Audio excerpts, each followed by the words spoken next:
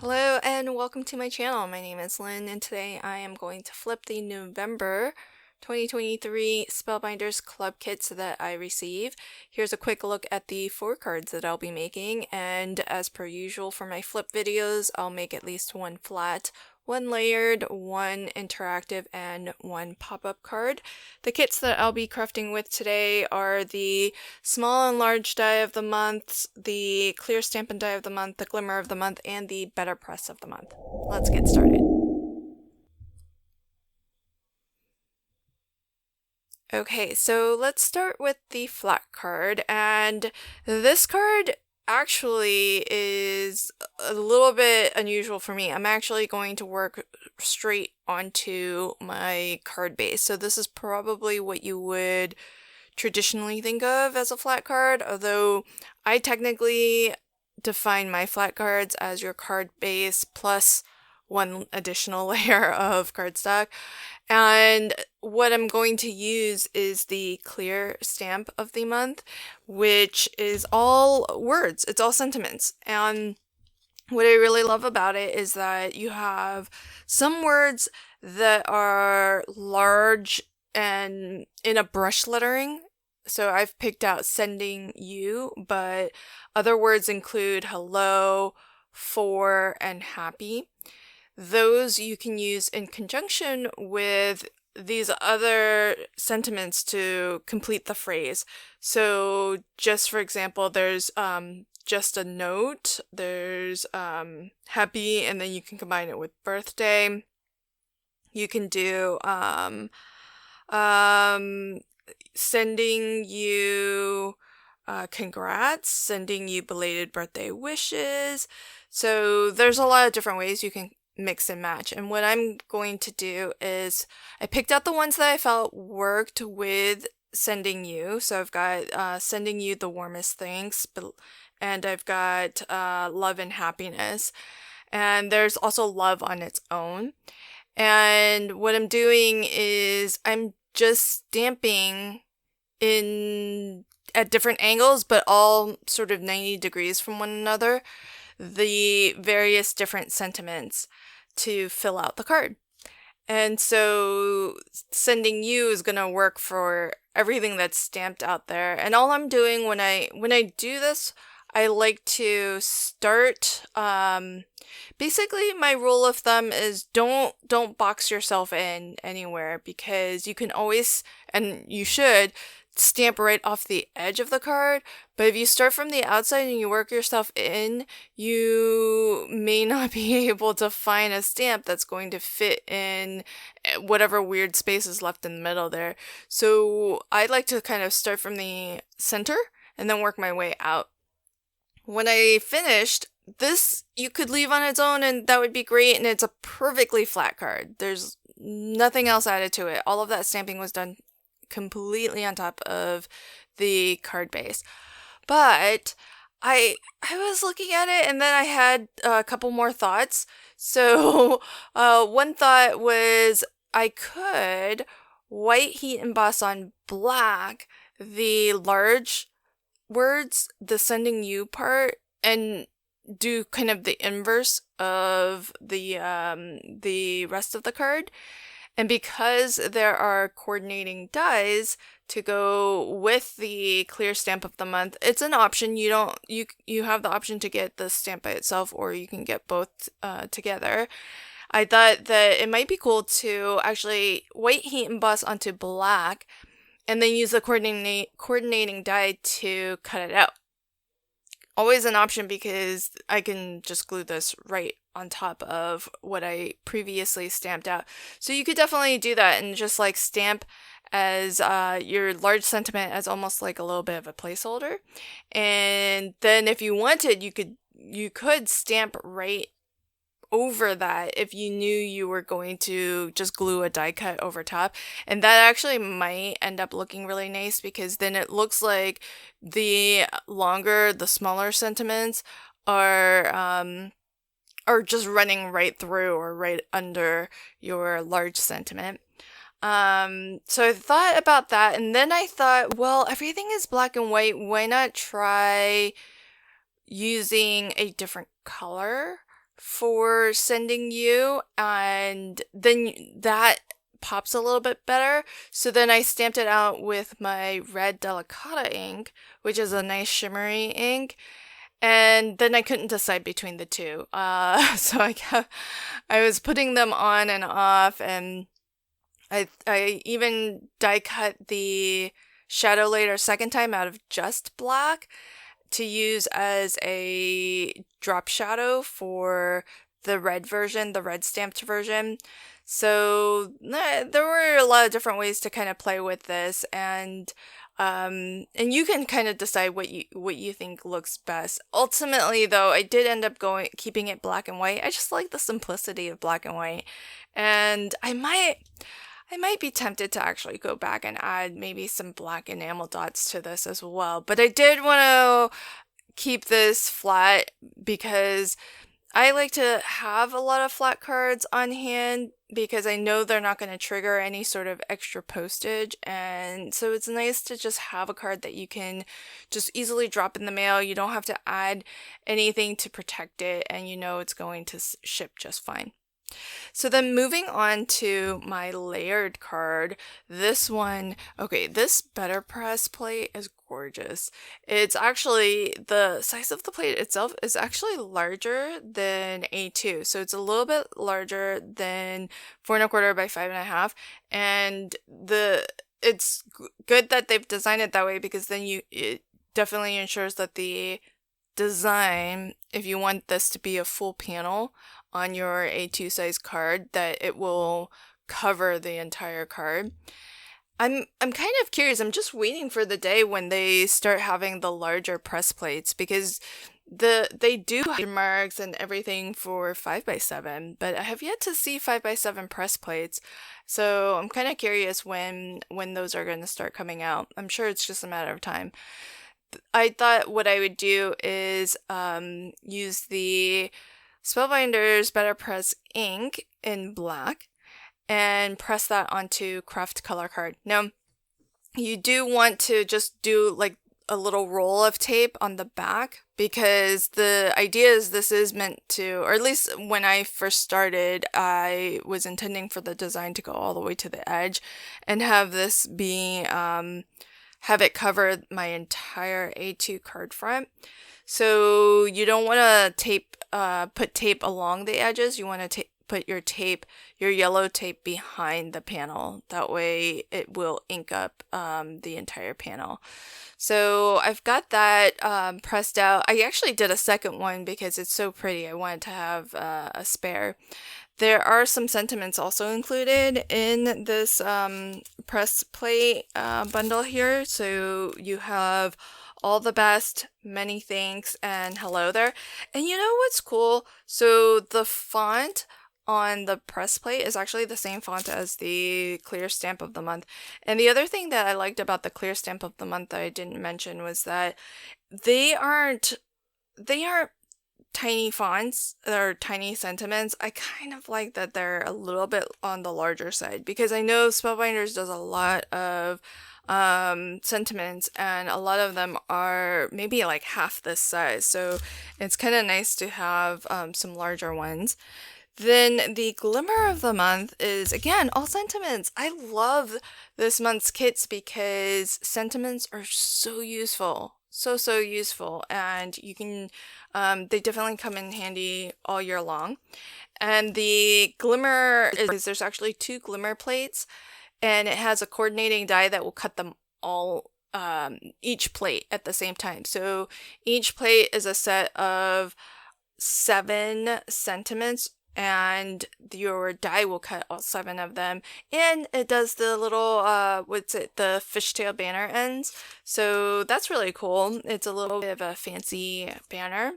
And again, really useful sentiments to use just all the time, including holidays. There's Christmas wishes, there's thinking of you, a gift for you, thanks so much, thanks a million, congratulations, happy birthday.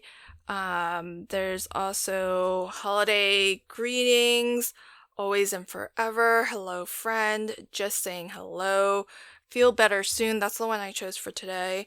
From All of Us. So happy for you. So lots, you've got some holiday ones, you've got birthday, couple of sort of gratitude ones, thanks and whatnot, and then some that are just because. So I really like that. It's so versatile. So what I decided ultimately to do was to actually trim down the Better Press panel a little bit. And I did trim along all four edges because I wanted the design to still be nice and symmetrical.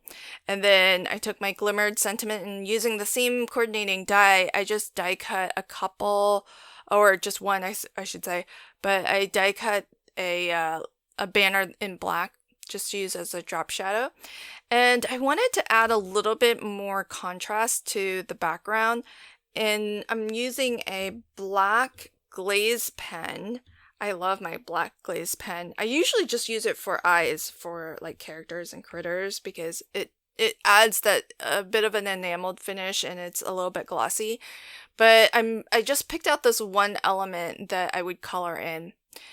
So I very carefully kind of colored within the lines because the craft card that I'm using, it's not super thick, so it didn't actually deboss a lot when I put it through the better press, because when you better press, say like the card, the 100% cotton card that they recommend, it does a very lovely debossing where it pushes into your cardstock a little bit. That didn't really happen too much with my craft card because it's not as thick.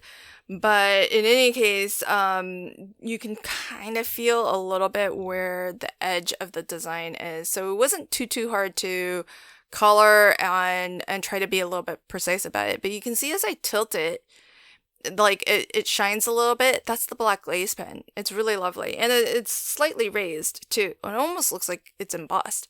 So that is my layered card.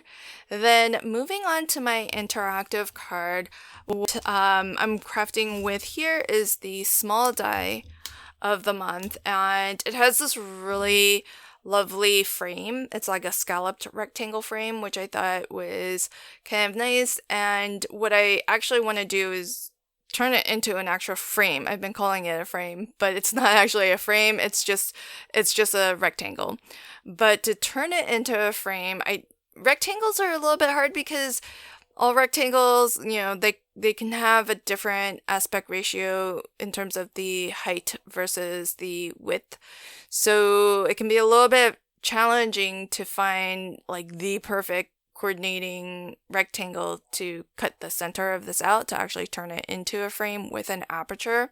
Unlike a circle, circles don't really have, a circle is a circle, same with a square. But what I did was just picked out a square that was the height of the aperture that I want, and then I can just die cut twice. And when I die cut the second time, I'm being careful to kind of move it around, nudge it around so that it settles into the previous cut line out of that first square that I took out from the center there. And that helps to ensure that it's lined up. And then I just guesstimated to just eyeball that the border all the way around is roughly equal. So that's one way you can cut an aperture outside of the outside of a rectangle if you don't happen to have a nested rectangle die that's the same aspect ratio in terms of the width versus the height. Then the card that I'll be working on is this is a 4x6 card. And I've just got some pattern paper from the card kit of the month. Oh, I didn't mention that I did craft a little bit with the card kit of the month. I should have mentioned that at the beginning. So this is just one of the pattern papers that comes from the kit. I've cut it down to, let's see, my black panel here is actually smaller than 4x6. I think it's about 1/8 of an inch smaller. And then my pattern paper is maybe, like 3/16 of an inch border all the way around. So it just depends on how much of a margin you like to see in your mats and layers. From the small die of the month, I pulled out the Hello die, which I really like the font of. And I do also like that it's all connected. It does make it a little bit easier to position and glue these down, and also just not lose not lose any letters. But what I decided to do was to turn this into an interactive card. I'm actually going to make it a light up card. So I will start by getting some adhesive behind my black frame here, and I will put some vellum behind here. And then behind the vellum, I'm actually going to take the small die of the month actually has, there's actually two kind of small, I mean, there's one really large, almost like a border design of floral spray, but then there are some individual flowers. I guess one of them's more like just a branch with maybe some berries or buds on there, and then one is actually a flower. So what's cool about these dies, though, this flower one anyhow, and the border frame, is that it's actually when you die cut it out, it's like the buds of the flower, so really great for doing like a die cut inlay technique if you wanted, or like have that sort of stained glass look. But what I'm gonna use is just a white die cut of that flower, and I'm gonna make the aperture light up. So before I do that, I'm going to figure out where I want the on-off button, and because I always forget this until after I've got my foam on, but this time I remembered to actually stamp it before I actually put the light up mechanism together, because I need to put foam behind that panel, and that way there's enough room for the battery and the button that turns the light on. So I'm glad I remembered that while everything was still nice and flat. And then what I'll do is just kind of figure out where I want to position things. So I've got that flower that's just die cut out of white, and it has this really neat look behind the vellum by itself, but I thought it would look even neater when it's lit up. So that's the look I was going for, and I'm just gonna attach it straight to my rectangle frame here.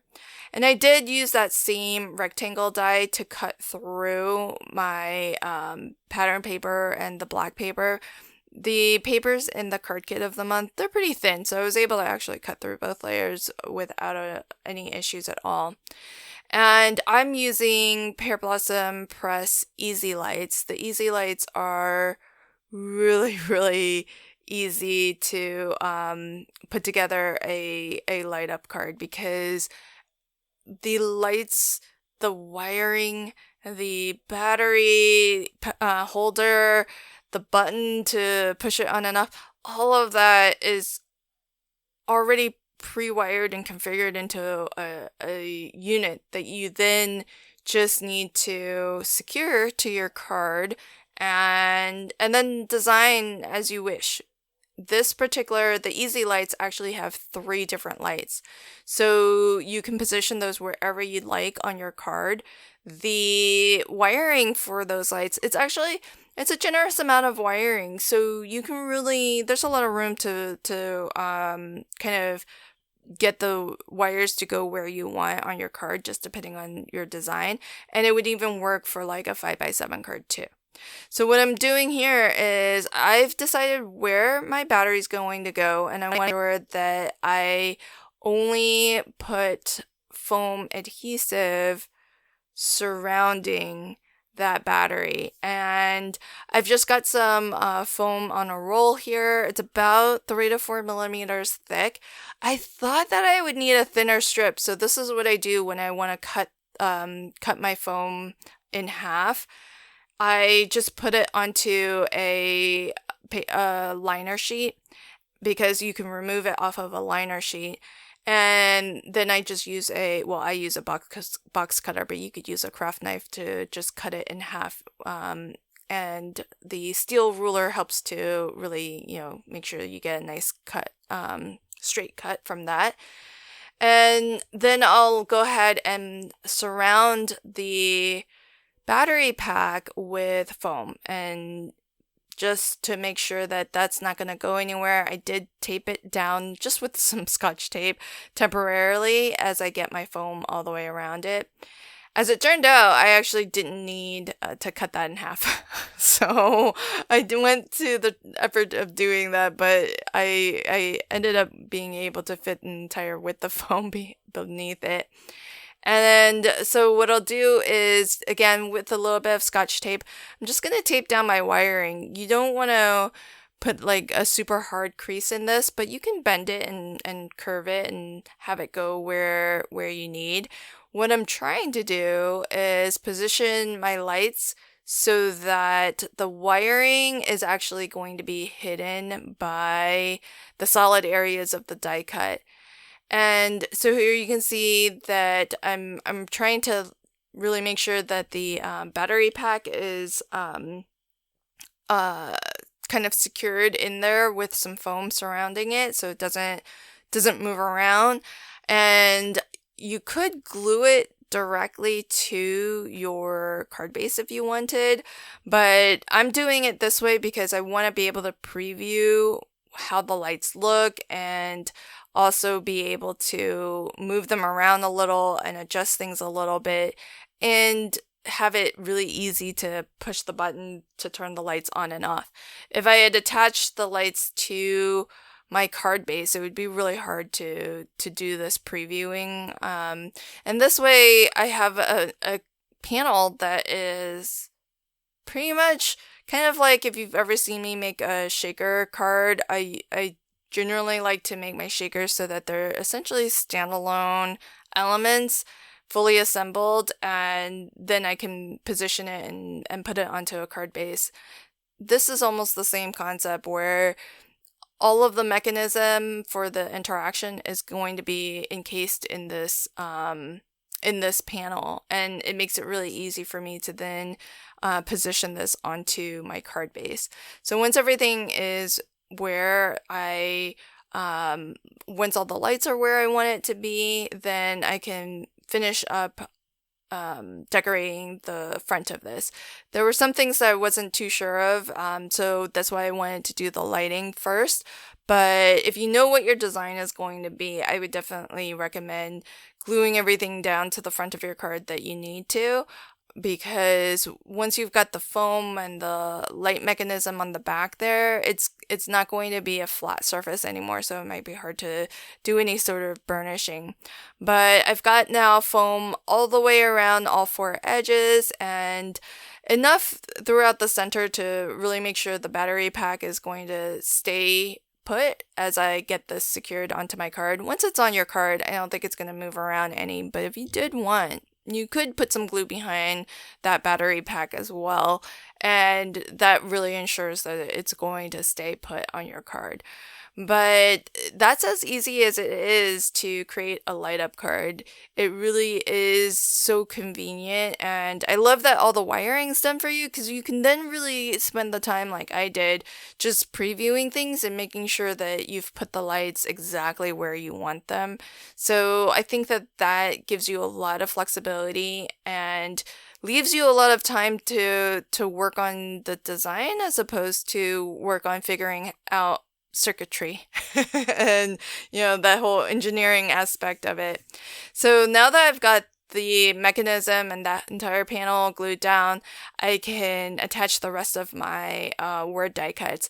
Keeping the design pretty simple, I just die cut the same hello die out of different shades of gray. These are all Spellbinders cardstocks, and so it's really nice. You have this nice gradient. There's one, the latest one, it is a gray. I think it's fog, and it's pretty light by the time it gets to the very bottom, but it is there and it's visible to the naked eye.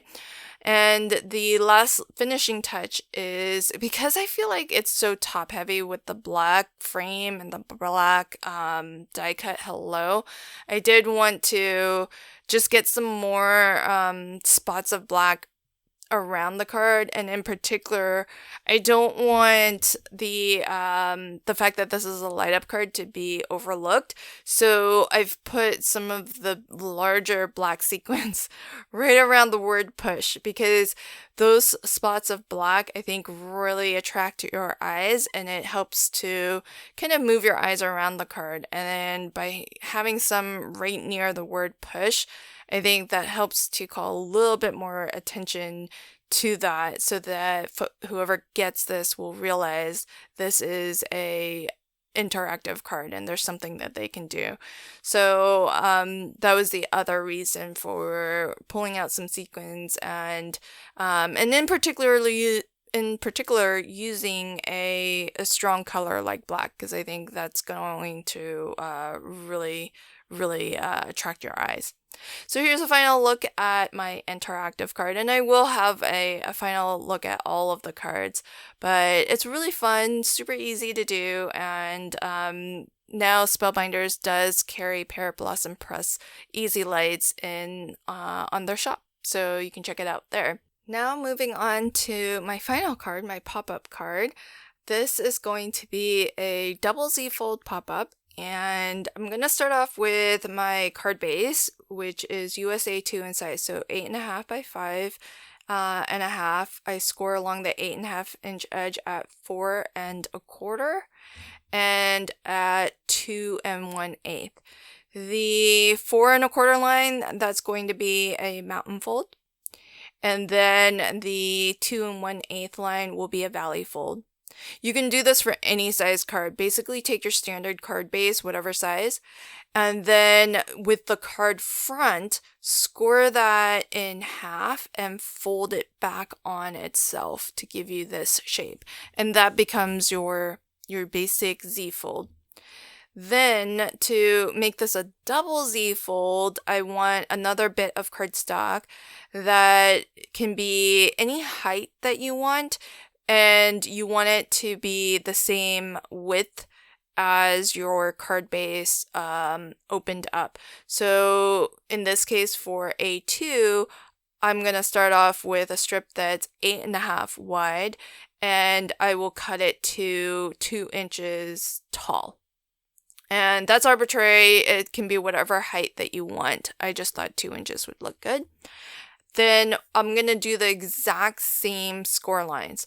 I'm going to score at 4 1/4 as a mountain, and then 2 1/8 as a valley. And I'm going to make the exact same folds as I did on that first, on my card base essentially.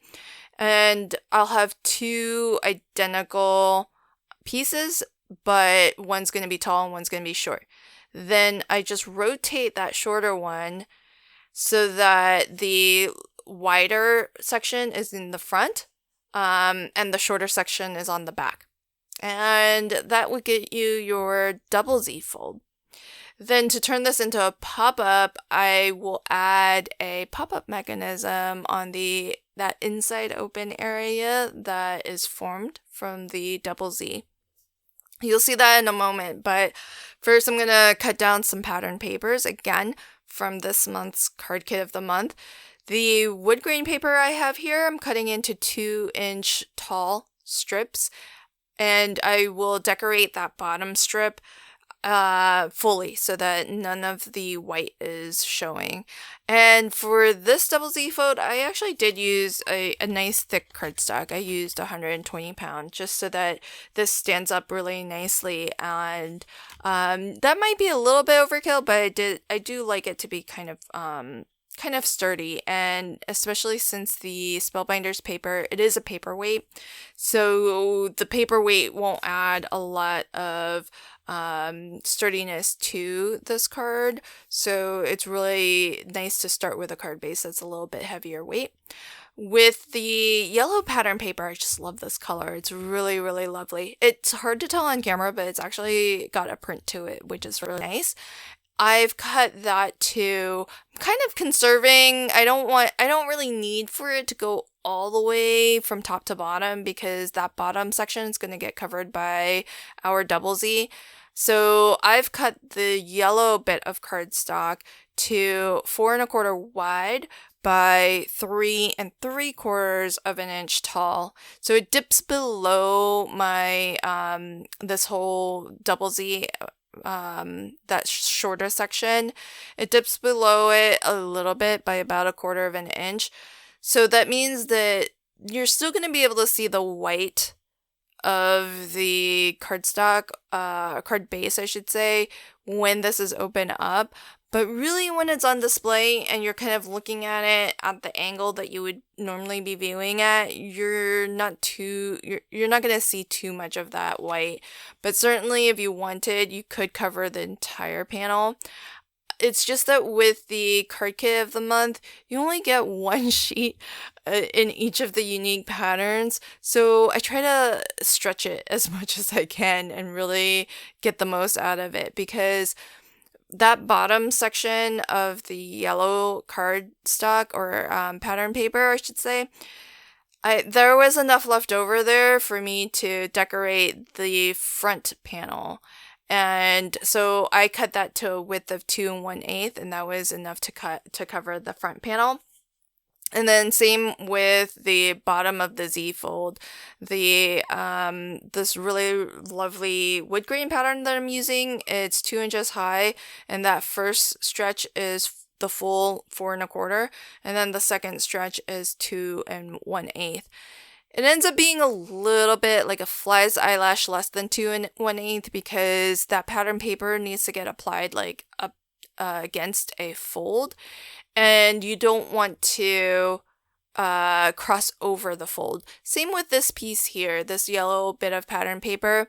I need to butt this up against a fold, and I'm being careful to line everything up nice and straight, but I want to make sure that the paper doesn't go over the fold at all, because it's going to, if it does cross over the fold, it might make it a little bit hard for this card to fold down nice and flat.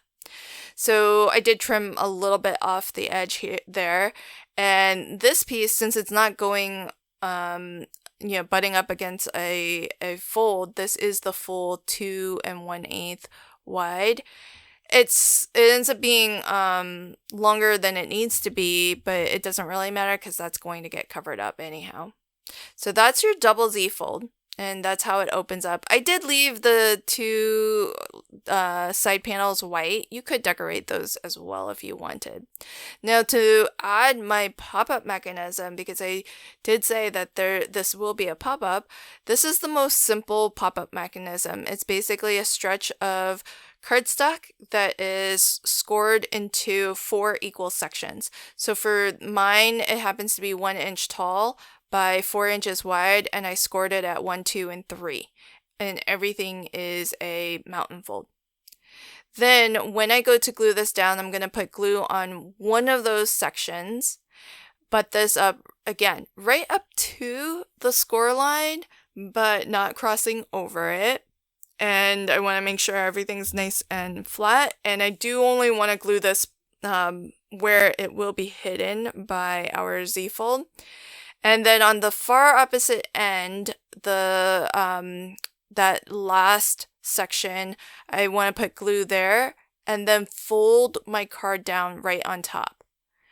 And that ensures that this will all fold down perfectly flat, and it gives me that little square there that I can attach things to so that it can pop up and those elements can kind of feel like they're floating midair. Now to attach my Z fold, it's very, very similar. I'm going to just put glue on the far end, the smaller section of my Z fold, and I will glue that down on to what would normally be the inside of your card. And then we need to attach the other end.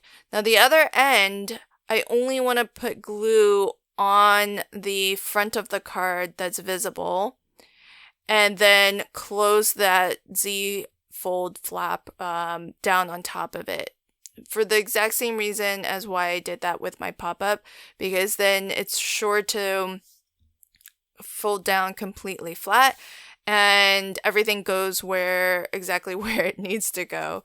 And so that's the basic structure of the double Z fold pop-up. Then now all that's left is to decorate. So I've got this lovely vase that's from the large die of the month, and I die cut it twice. I die cut it once out of another bit of pattern paper from the card kit of the month, and then I also die cut it out of 110-pound white cardstock, just to give it a little bit more structure and a little bit more weight, because the pattern papers, as I mentioned before, it's just a paperweight, so it's not, I want to make sure that this actually stands up and doesn't just kind of flop right over. So that's why I added a second layer to that. Then if you've ever made pop-ups before, all you need to do is to create what I call pop-up stands, and it's just a bit of cardstock, or a bit of what I'm using is heavyweight acetate. You could also use like clear plastic packaging cut into a little strip, and all I did was just glue one end down of that strip of acetate down to that pop-up mechanism, and then the die cut element, in this case my vase, gets attached to the top of that bit of acetate or the pop-up stand. And then I'm gonna decorate some of the outside of the card as well. The large die of the month, it has this really cool pattern that fills up an entire A2 card, but I'm separating those out. I'm not going to try to reconfigure them, but it's really neat actually. But what I like about it is it has some of these leaves that feel like they hang and kind of drape over an edge, and that was the look that I was going for. So I've got that wood grain going across the bottom as if it was maybe something like a planter box, for example, and then I've got the leaves just sort of draped over it. Then with my vase, there is this really lovely die cut that has this branch with some buds or berries that I've die cut in red. The red, it's hard to tell from the pattern paper, but the pattern paper, like on video, but the pattern paper does have a bit of red in it, or maybe it's just a very dark orange. I'm not sure. I kind of read it as a red, and so the red in the berries, I think, is really nice and striking. And this is kind of fun because when folded closed, you can see half of the vase and the flowers, and then when you open it up, you can see the full flower, or the full vase with the flower inside. And then I decided I wanted to add a few more of these sort of drapey leaves, and you can just go to town with decorating, because you could even decorate the sides too. I left those completely white, but it's kind of fun to add additional little elements there as just a surprise, because then it really encourages the card recipient to kind of look at it from all angles. But I'm designing this more so that it's just viewable from the front.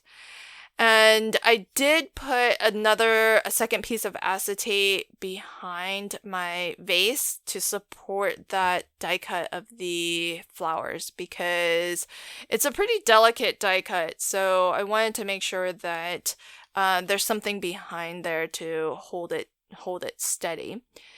For my sentiment, the large die of the month does come with some word dies. So I chose the word smile to add to my card. And so once I positioned the smile, I didn't realize before I cut this out that I thought it was going to be the same as the small die of the month, where everything was connected. And even though I think it's the exact same font, they didn't make this die cut actually connect, which is kind of interesting. I'm a little bit, I can go both ways and see the benefits of both, because when I was die cutting the word hello, I was using that multiple times, so it really helped to have all the letters in the word did. But I could definitely see the benefit of actually having these as individual letters because there's a couple benefits. One, you could position these however you wanted. So if you did want the sentiment to run instead of horizontally, run vertically, you can position them that way. But what I think is the bigger benefit is because there are actually 3 words included in this die set. You have hello, smile, and you. And since they all cut out as individual letters, you could actually potentially just mix and match the letters to form new words. So I think that's kind of cool too, because then you have a bit more versatility. For example, you've got the word hello and you have the word you, so you could take HEY and make hey. Or, I'm sure there's, like, once you start looking at it, I'm sure there's going to be a lot of different words that you can create just from those letters. So I think that's kind of a nice little bit of extra mileage that you can get out of this die set.